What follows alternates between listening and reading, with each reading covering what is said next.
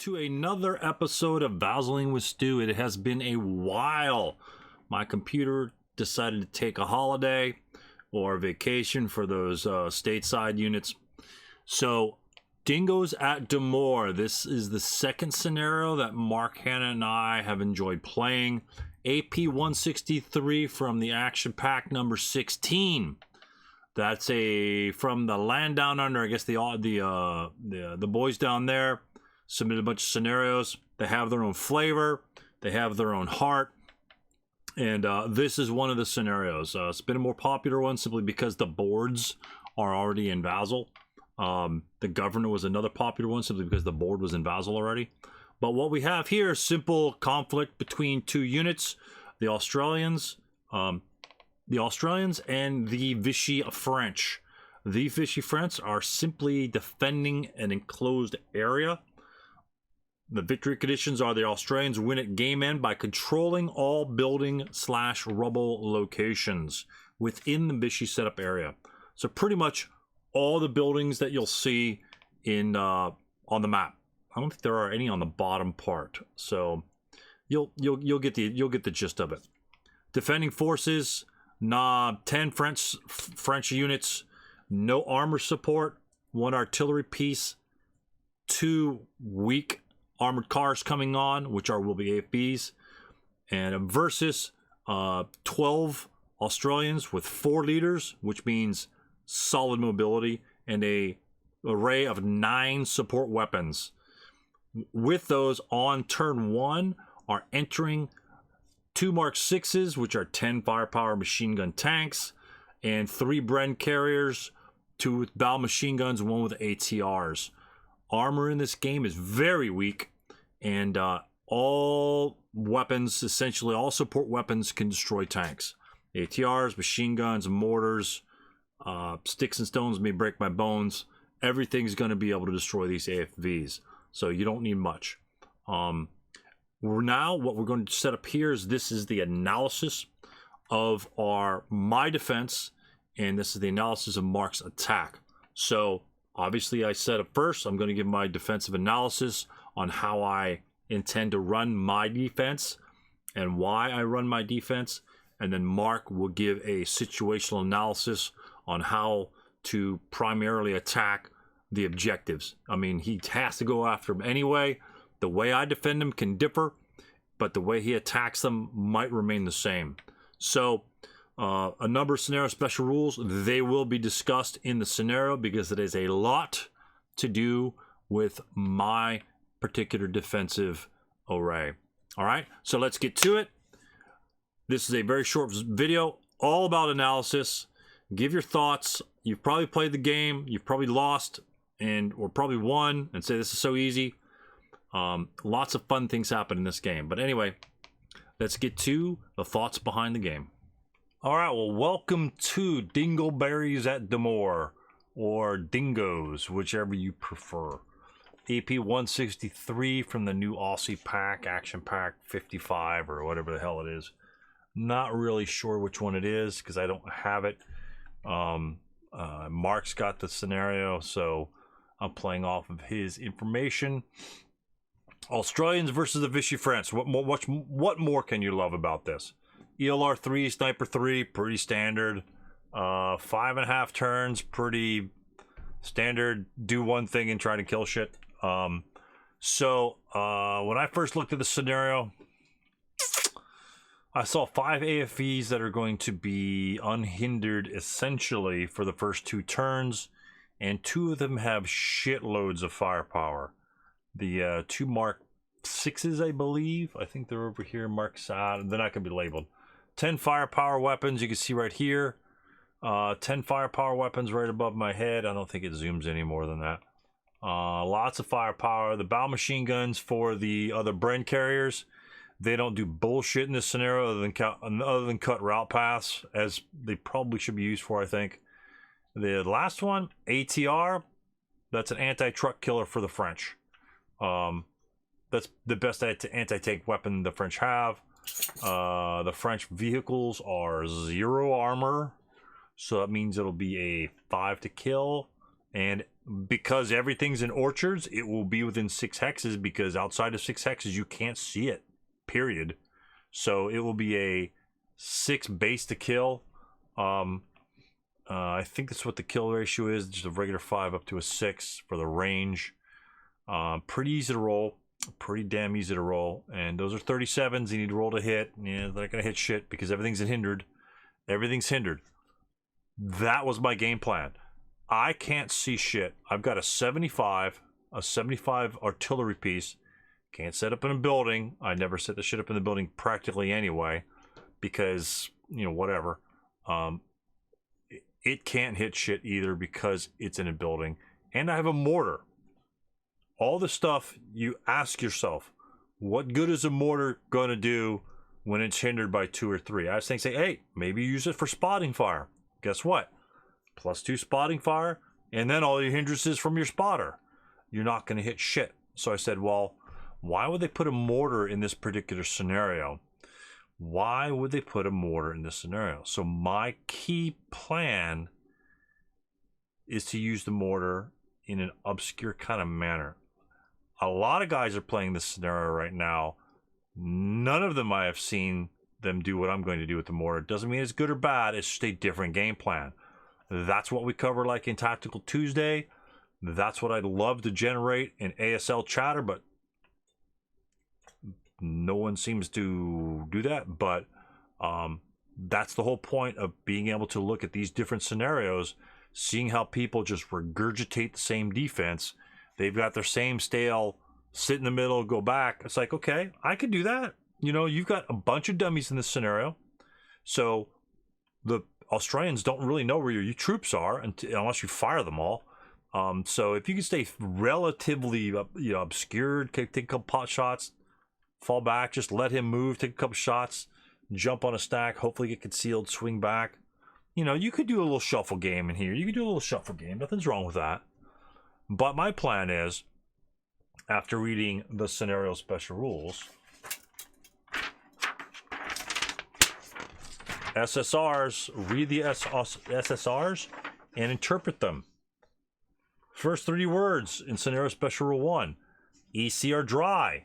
Why should I give a shit about if the EC are dry other than vehicles blowing up, catching fire? And guess what? You've got a giant orchard ready to go up in flames. Say, okay, so what? I'm probably not going to be able to destroy them. Scenario special rule 2, tanks are radio equipped. Scenario special rule 3, second line units are not subject to cowering. Scenario special rule 4 does not exist. What do you think scenario special rule should have been? Maybe, just maybe, kindling is not applicable. Don't see it. I don't see it. So it's like, shit. You know, I can't stop the Armageddon coming my way. He's got 12 squads. Almost every single squad has a support weapon, so he outguns me by a huge amount. He can outmaneuver me by a huge amount. So what can I do to approach this scenario? Well, if I set up my 3 units right here in the middle, and I'm going to zoom in. Maybe more than that. 120. Here we go. 9-1. We're in a 2-squad foxhole. We have 4 foxholes. I'm putting him a 2-squad foxhole in case he fails his task check, because he needs to be able to be defended and not overrun by those 10 firepower coaxial machine gun Mark 6s. I love those damn vehicles. Anyway, deploy a squad. Hopefully, turn 1, kindle. 4 temps. I have about a 62% chance of getting a flame created. That's my strategy. It's very close to the building, but I'm going to have to take that chance. If I can get a flame in that location, where's the flame? Flame, blaze. If I can get a blaze in this location, and then let's say it spreads to this location, and let's say it spreads to this location, what did I just do to the game? I split the board pretty much in half. Let's say this happens by turn 3. It could happen. It couldn't. Whatever. I'm willing to take that chance. By turn 3, this happens. He has to decide what the hell he's doing. First of all, if this happens by turn 3, he might be at the buildings at that time. Not a problem. Okay? So he's penetrating the buildings. He's going into the building section. All right, so he's going into the building section, right? He's heading this way. Let me make that a little thicker. He's going that direction. He might be going through here. He might be taking some units up top, right? And then he might have... I don't think he could send a lot of troops down the bottom way. All open ground. What do I have down there? Don't know. What do you think I have down there? Probably a medium machine gun, considering the giant stacks that there are. It's only going to be in a couple places. So it's likely the medium machine gun's down here, so he can't take pretty much any vehicle down there because they're all 1 armor, and that gives him probably a 4 or 5 to kill with a rate of fire 2. I don't think I'd risk that early in the game. Maybe later in the game we can deal with that, and we'll get to that point. So don't think he's going to be charging his tanks down the road anytime soon. Anyway, so he's just going to pretty much just trudge forward. The guys in the middle, these guys right here, okay? Say, Stu, throwing those guys away. Yeah, I am. You are correct. I am throwing those guys away. What am I doing, though? What am I doing in so throwing them away? Generating fire attacks here, residual firepower, maybe subsequent first fire, residual firepower, and the other stack's dummies. I want to make him think that that's an LMG. You know, I think I have an LMG or some shit. I have 2 LMGs. Maybe an LMG, get a tank kill early, puts me ahead of the game. Not a problem. I can hit him. There's no hindrances in the way. So make him deal with these units. He's got to send units this way. He can't readily necessarily go across the open ground unless he wants to take his tanks there. And these guys here, you know, going down the road, he can make some really good headway down the road. So that's the idea behind that.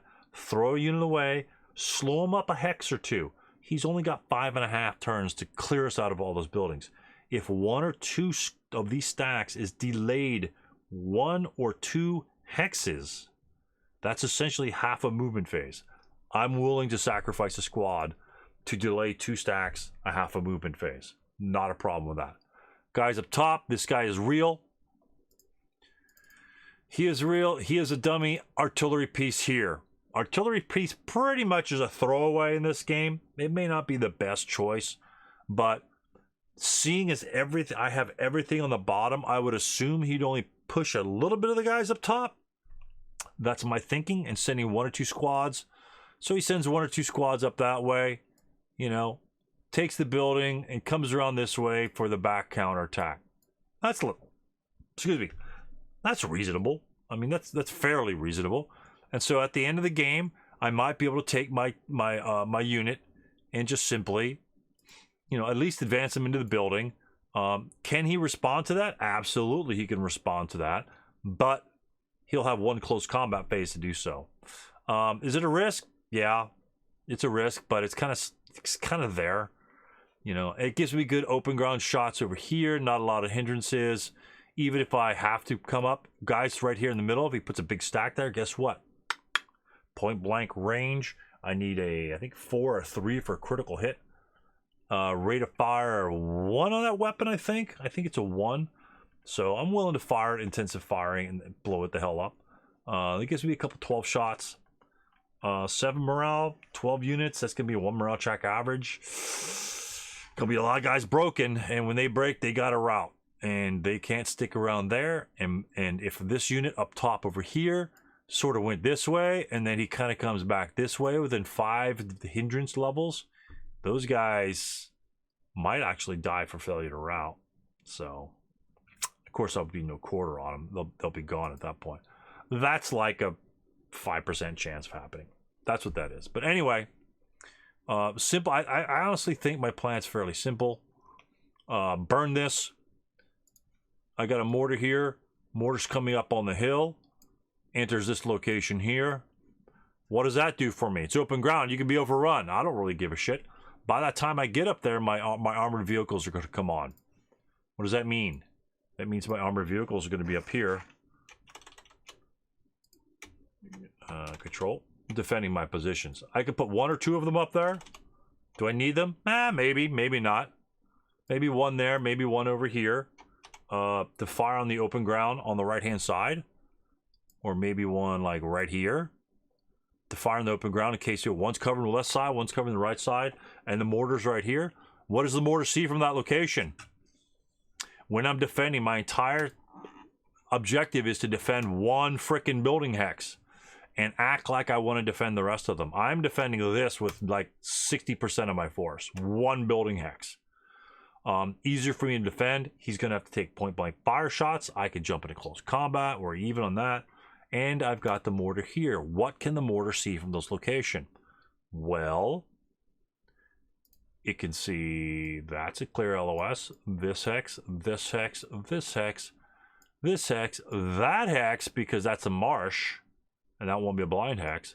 This hex, the objective, this hex, and this hex.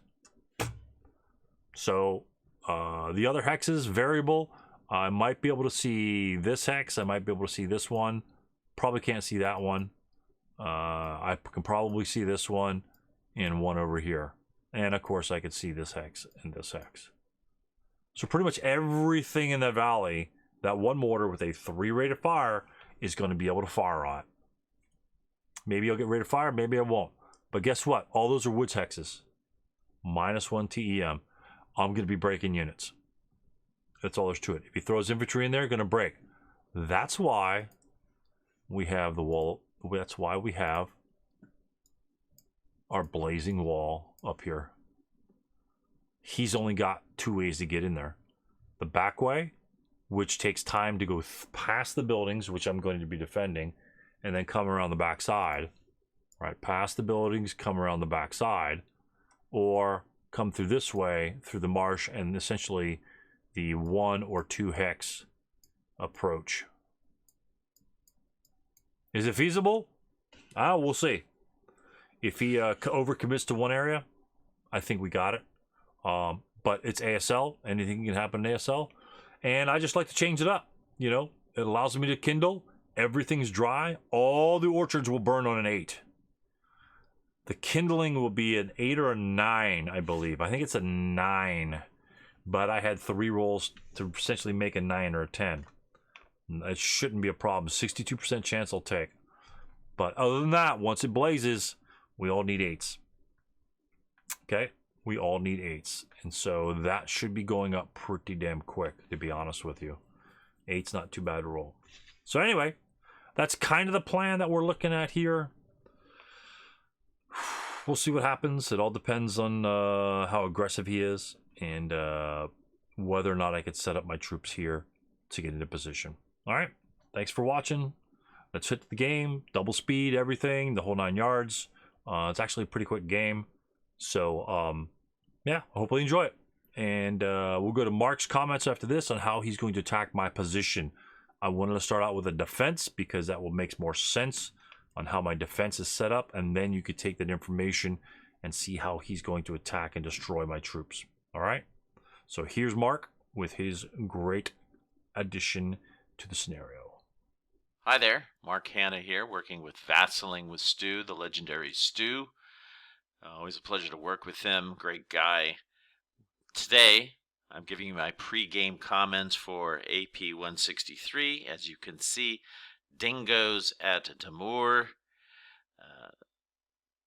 I'm not really sure I like it when they call Australians dingoes.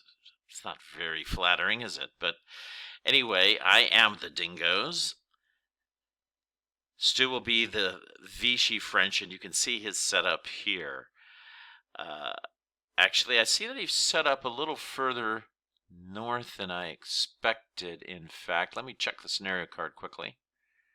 Yeah, the scenario setup allows him to set up on the other side of that road, basically to the north of that road. So he's decided to set up a couple of advanced element guys. It's literally impossible that these are dummies, because if they are, I'll just run right through them and they'll vanish instantaneously. So he's deciding to do some delay tactics here, which is interesting. But as you can see, most of his defenses are back here in the buildings where they need to be because the victory conditions are to take these buildings back here. He's got a few guys lined up to guard the road. So let's look at this map, okay? There's basically 3 approaches here, and I'm going to start drawing on the map. Hold on. Okay, here's the 3 approaches. There's this approach from this angle to cut through that way. You can go straight up through the center, or you can try to save some time, I suppose, a little bit by taking the vehicles. As you can see, I've got 5 vehicles here that will be coming on, and they can use the road. There is a mobile path. I'm going to draw this on the bottom. You can send some carriers around here. Got to watch out, though. You see this marsh, possible bog terrain. But the carriers have low ground pressure, so they can sweep around and cut off route paths. So this is the biggest problem for the French. They really don't have any way to stop any of this. They do have a couple of armored cars that they get, but they're pretty bad. You can see the armor factor of 0. We'll take a closer look at that later. So even my machine guns or mortars will take those out quite easily, really, with a 6 to kill. Just about with anything, really. I mean, a machine gun at close range will have a 5 to kill. So, yeah, the French are clearly destined to lose this, and there's not a lot of subtlety here. Either I'm going to go one of those 3 directions, and I'll show you this now. I'll show you something later. Hold on, let me stop this here. Okay, so I took the lines off, but basically A, B, or C, north, middle, or south. There's no point in making too much of this hill here. They can't see anything down through all of these orchards, so it's going to be wherever I go. You're going to see I have a lot of support weapons, a lot of firepower here. This will be some very large fire groups, even at +4 or 5. 36 firepower +5 is a pretty good chance of breaking some stuff.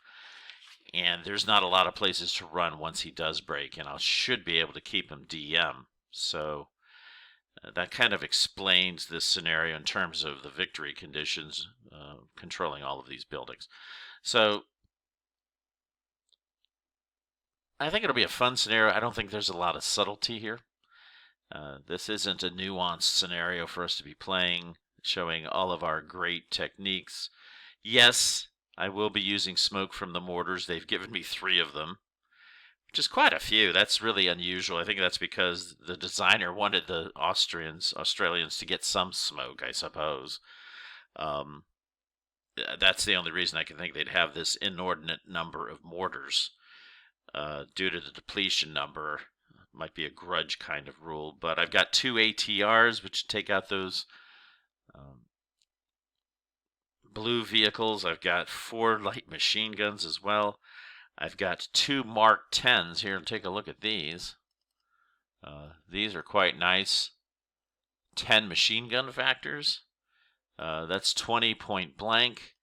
I mean, these are devastating weapons for him. So probably what I'm going to do, there's 2 ways I can do this. Unlikely that there's a trap up here, but these carriers are small. I might send the carriers this way to avoid the marsh and send them over here to cut off route paths. These will support, these 2 tanks will be set up to run in and support that. I'll figure out a way to deal with these. If he's really put one of his light machine guns up there, let him,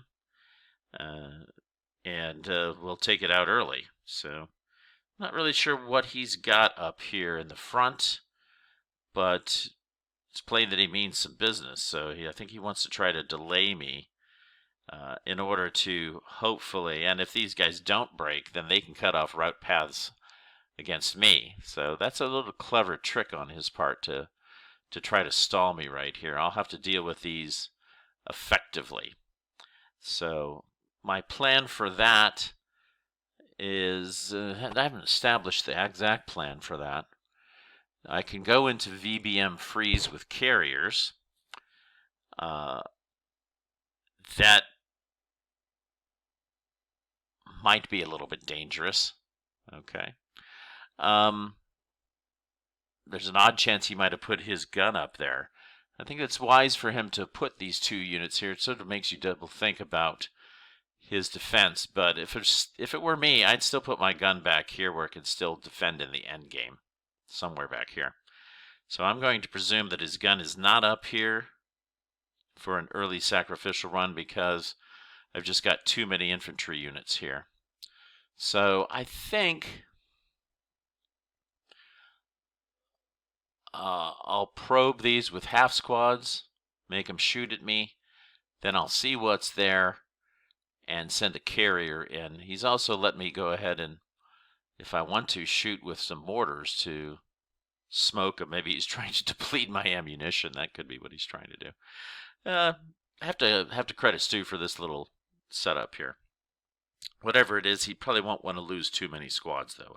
I'm playing this also as the Vichy French in another game, a tournament game, and already the first time I shot my 75, that's not shown here, but there's a 75 artillery piece, World War II era, it looks like. Sorry, World War I. Mark. It says 28, 75M 28, so it might be from 1928. Still obsolete, 75 star, 1 rate of fire, but it hurt me when I broke it on the first shot, I can tell you right there. That's something the French really will need to help stop some of these tanks. So, looks like good fun. Let me see if there's anything else I can think of here. Second line MMC are not subject to cowering. That's an interesting SSR. And he does have... See, this is interesting. His AMDs, that's these over here, have AP11. So it seems to me they could have solved the problem of the smoke rather than have 3 smoking guns. Maybe just give me AP9 with 1 mortar or something. We talked about this beforehand. But anyway, we'll see what happens. Thanks for listening. Talk to you soon. Well, there you have it. Both of our thoughts on how we're going to conduct the game. Mark summarizes it pretty clearly. I give you some sort of elongated session. But anyway, next coming up will be the actual game. Now, one thing to note, I think Mark noted in the scenario that this is pretty much a cut and dry scenario. We found out to be very different from being cut and dry based upon the player actions. Again, all depends on how your game develops, is dependent upon the players and the strategies they use and their tendencies or what have you. So the scenario may be set in 2 sessions, probably 2 hours, 2.5 hours each maybe, double speed. But what you will find in those sessions are some really good rules dives, close combat, overrun, blaze. You've got carriers, abandoning carriers, control, etc., etc. There are a lot of finite little behind the scenes details that have come out in this particular scenario for us. So we take the time to do a rules dive. I will leave that rules dive in the video. Each one might be 5 to 10 minutes each, depending on the rule section, simply because we want to be thorough. And it's, again, these scenarios are meant to be teaching scenarios, as you know, primarily on how rules get incorporated into the game, instead of like, screw it, we're going to figure it out later after the game. That's not why we're here. When a situation comes up, we use the rules, common sense, and logic to come upon what the rule is supposed to represent. Sometimes we'll get stuck, but we just got to keep on digging. We generally know that the rule's in there. Both of our are experienced ASL players. And so we know it's in there somewhere, and a lot of times it's hidden. You just got to find it. And there are a couple of instances of that. Anyway, that's what you have to look forward to. You will see those situations arise. Look for them. pull out your rule books, dig with it through us so you can see the same things that we see, and so you can be on the same page of us, or maybe make another decision, and you can write that down in the comments below about, oh, you guys really screwed this one up. It's because of this stupid rule over here. But remember, when you find that stupid rule, there might be another rule that gives an exception to that particular rule. Let's go see what those scenarios have to offer, and thanks for watching the analysis. Take care, and we'll see you on the other side.